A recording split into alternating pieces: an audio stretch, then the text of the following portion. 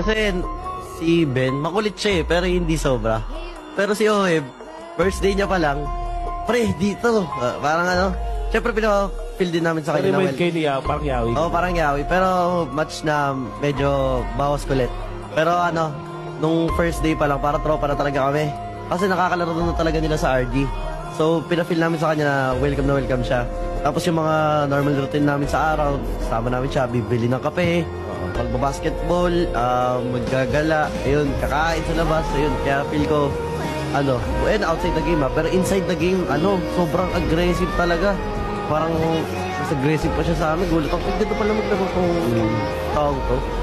Parang hindi ko in-expect na kasi syempre parang kung titignan mo siya sa blacklist, syempre medyo may systematic sila eh. Sistema yun eh. Medyo healing, di ba?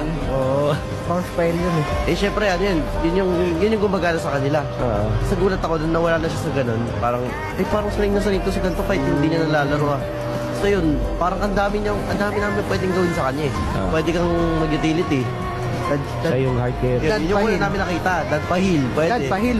Pwede. Ginawa niya talaga yun? Oo. Sa mga MSC, Matic Ranger na. Dami namin ginagawa. Talagang talaga siya. Para mag-rapa si JP. Yun. Kaya yun si Oheb talaga. Ginubuhay niya Naging fit talaga sa amin kasi sobrang, aggressive na siya sobra. Pero at the same time, madali rin siyang patigilin. So, ngayon nga kapatid ay may in-reveal nga itong si Sanford dito nga yan kay Oheb na kung saan kapatid malaking tulong talaga ito ang si Oheb simula nga nang mapunta ito dito nga yan sa TLPH. Sanford, sinabi rin ang pinagkaiba nitong ang ni Benny Cutie at Oheb. Bakit sila mas agresibo ngayon dito nga yan kay Oheb kapatid?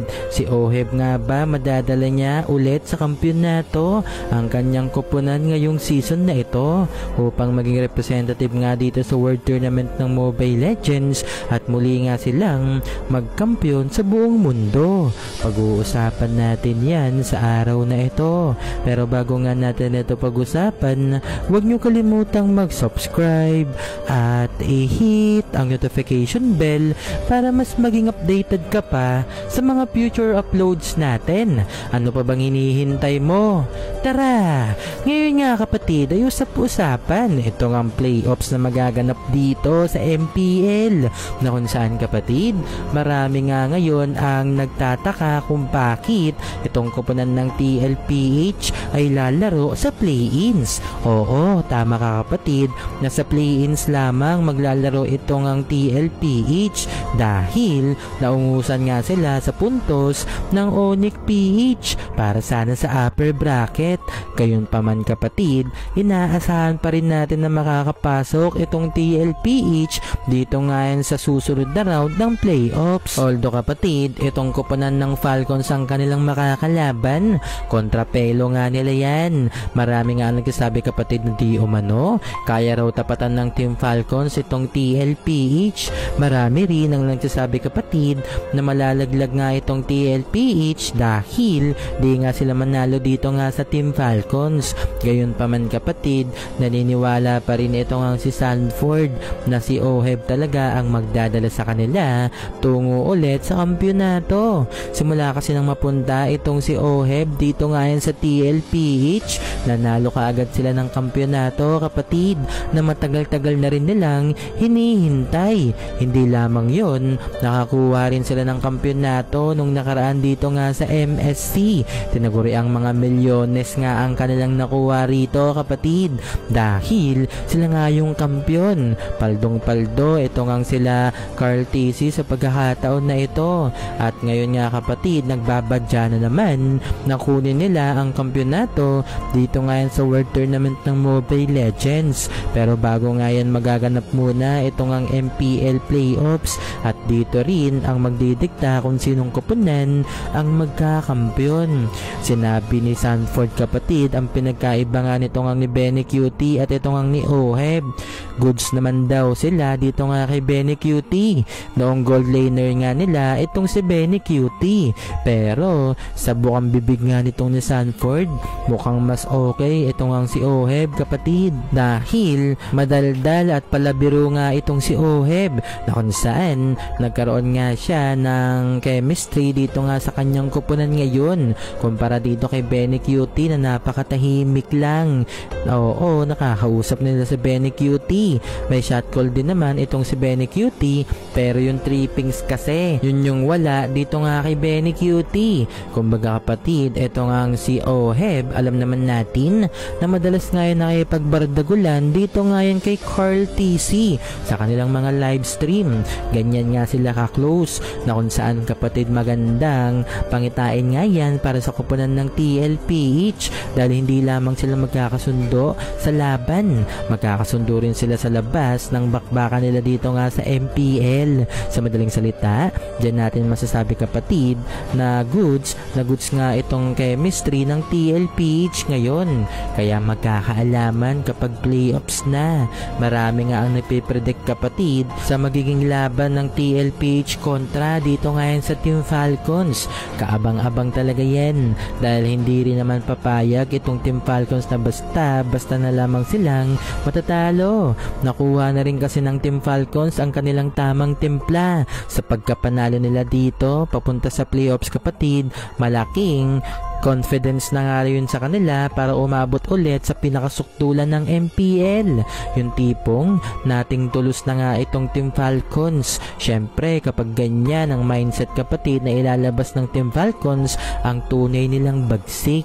Pero sana madala nga ni Oheb tungo ulit sa kampyonato itong ang TLPH ngayong season, yung pinakamahirap na season. Paano ba naman kapatid nagkanda talo-talo itong Onyx PH at Team Falcons? Itong kupunan ng Aurora ay medyo consistent ngayong season na ito sa regular season pero sa playoffs di pa natin sure kung talaga bang makakapalag itong Aurora. Malalaman natin yan sa playoffs kapatid dahil sa playoffs talaga yung tunay na laban. Aanahin natin yung mga sunod-sunod na panalo sa regular season kung sa playoffs papalpak tayo. Sana wag nga ganyan ang mangyari dito nga sa Aurora at mabalik nga tayo dito kay Oheb kapatid na kung saan kung sakaling hindi nga pumasok itong sila Oheb dito nga yan sa susunod na round ng playoffs ay marami na naman ang mangbabash dito dahil ngayon nga kapatid marami rin ang nagsasabi na nauungusan nga ni Oheb itong si Kelra dahil di umano napakasolid nga ng performance ngayon itong ni Oheb simula nang mapunta ito sa TLPH na kung titingnan kapatid nung mga nakalipas na season hindi ba't nung hindi nakukuha ni Oheb ang kampyonato marami ang nagsasabi na umaasa lamang itong si Oheb dito ngayon sa B-Wise. Umaasa lang itong si Oheb kay Ma'am Shu Pahil na kung saan pinatunayan ni Oheb na kahit wala nga itong si Omay Venus kapatid ay magagawa niya pa rin talagang makakuha ng kampyonato na kung titingnan isang malaking sampal talaga yan dito nga sa mga bashers nito ang ni Oheb dahil hindi nangangahulugan na hindi nagkakampyon itong si Oheb dahil wala na ang B-Wise. Maling-mali yun. Kaya naman talaga magkampyon itong ni Oheb basta yung kakampi niya ay malalakas din. Mahirap kaya magbuhat ng isang kupunan, diba? Kahit gaano ka pa kalakas. Kagaya na lamang ni Kelra. Noon na nasa Smart Omega pa lamang itong si Kelra kapatid, hirap nga silang makakuha ng kampyonato. Alam natin si Kelra, pinaka-consistent na player talaga yan dito nga sa MPL na kung saan aanihin ni Kelra ang kanyang lakas kung ang kanyang mga kakampi ay tuloy ngang hindi nagiging consistent sa kanilang ipinapakita. Palagi nga silang nauolats dito. Ngayon na nagkaroon nga itong si Kelra ng magandang koponan, madalas na nga silang makakuha ng kampyonato. Sa madaling salita kapatid, kapatid, nasa isang kupunan talaga yan. Kaya naman hindi natin may pagkakaila na baka itong TLPH ang manggulat ngayong playoffs na ito. Alam natin kapatid na gusto nga ni Carl TC na kumuha ng mga kampyonato internationally dahil dadagdag nga yan sa kanyang pagiging GOAT dito nga sa Mobile Legends. Si Carl TC nga kapatid ang tinaguri ang GOAT ng MLBB sapagkat siya nga kapatid ay nakuha niya na lahat ng kampyonato, MPL champ ng ilang beses, World Tournament ng Mobile Legends, ilang beses na rin siya nagkampiyon dyan. Bukod nga rito, mayroon na rin siyang MSC title, may nauwi na rin siyang gintong medalya noon dito nga yan sa SEA Games. Sa madaling salita ay masasabi talaga natin na napaka-solid talaga nitong koponan ni Carl TC dahil sa marami na nga siyang napatunayan sa larangan ng Mobile Legends. So kapatid, ano ang reaksyon mo sa video na ito? I-comment mo sa baba. Maraming salamat.